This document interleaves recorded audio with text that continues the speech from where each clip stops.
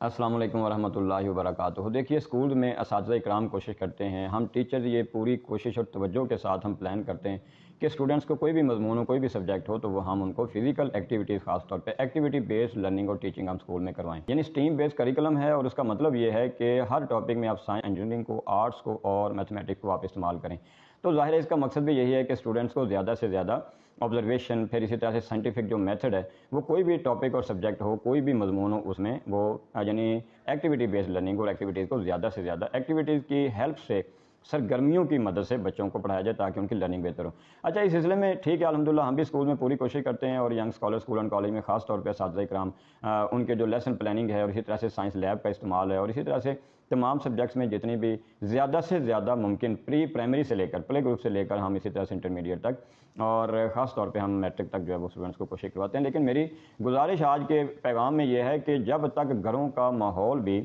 ہم activity based learning environment نہیں بنائیں گے، گھر کا جو ماحول ہے، جو گھر کا انوائرمنٹ ہے، اس میں بھی ہم بچوں کی حوصلہ افزائی نہیں کریں گے، اور ایسا ماحول ہم ان کو نہیں دیں گے کہ ان کو زیادہ سے زیادہ پریکٹیکل ورک اور زیادہ سے زیادہ جسمانی کام کرنے کی عادت پڑے، ان کی حوصلہ افزائی ہو، تو بھی اسکول کی یہ کوشش یا اسی طرح سے حکومت کی یہ جو کوشش ہے، جو اسٹیم بیس کریکولم کو نافذ کیا گیا ہے، یہ کوشش کامیاب نہیں ہوگی اور بچوں کی لرننگ اتنی افیکٹو نہیں ہوگی۔ آپ دیکھیے ایک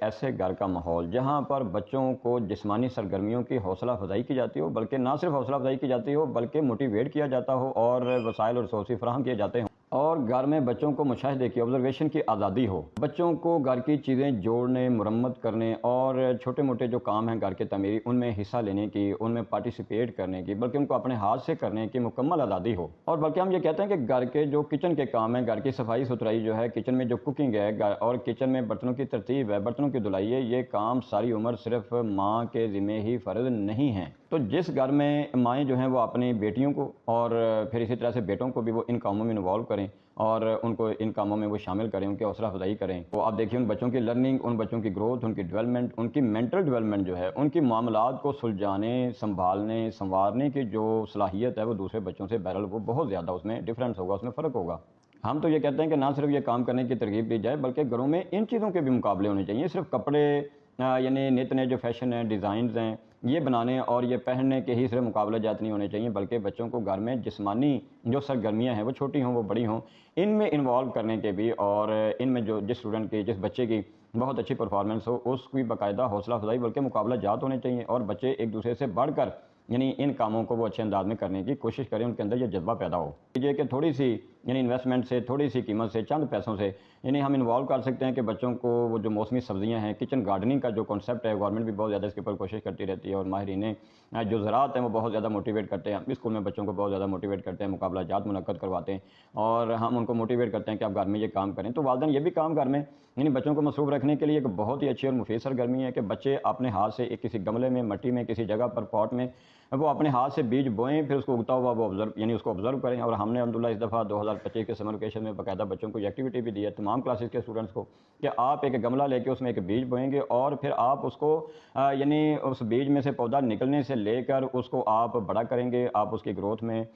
جو ہے وہ آپ اس کو آبزرو بھی کریں گے اور اس میں پارٹیسپیٹ کریں گے، اور پھر جب اس میں پھل یا سبزی لگ جائے، تو اب دیکھیے جب بچہ یہ ساری چیزیں خود آبزرو کرے گا نا، تو بچے کی خوشی کی کوئی انتہا نہیں ہوگی، بچے کتنی خوشی سے وہ بتائیں گے سب کو کہ دیکھیں میں نے بیج بویا تھا، اور 2-3 ماہ کے اندر جو ہے وہ، اور بعض تو یعنی کچھ ایسی چیزیں بھی ہیں جو وہ 1 مہینے، 1 سے 1.5 مہینے کے اندر بھی یعنی اگر وہ پھل یا سبزی نہ دیں تو ہم ان کے پتوں سے فائدہ اٹھاتے ہیں گھر میں یعنی آپ خشک دھنیا کسی جگہ پہ بچوں کو کہیں کہ وہ بکھیر دیں کسی گملے میں تھوڑی سی مٹی کے اندر، تو وہ تو 1 مہینے کے اندر ہی جو ہے وہ اس قابل ہو جاتی ہیں کہ وہ بچے اس کو توڑ کے استعمال بھی کر سکتے ہیں۔ اسی طرح سے ہم کہتے ہیں گھر میں کپڑوں کی ترتیب ہے، گھر میں یعنی دوسری چیزوں کی ترتیب ہے، بستر کی ترتیب ہے، بستر کو یعنی سنوارنا، بستر کو صحیح طریقے سے لگانا، اسی طرح سے گھر میں بجلی گیس کی تنصیبات ہیں، یہ چھوٹے موٹے جتنے کام ہیں ان میں بچوں کو انوالو کیا جائے، ان کو باقاعدہ ترغیب دی جائے کہ یہ ان کے اسی عمر میں سیکھنے کے کام ہیں۔ اچھا، پھر آپ دیکھیے ہم مسلمان ہیں الحمدللہ، اللہ تعالیٰ کا یہ بہت بڑا فضل و کرم ہے، اسلامی عبادات تو 2-4 کو چھوڑ کر ہیں ہی ساری، جسمانی سرگرمیوں کی ترغیب بھی ہے، تعلیم بھی ہے، تربیت بھی ہے، بچے صبح سویرے اٹھتے ہیں،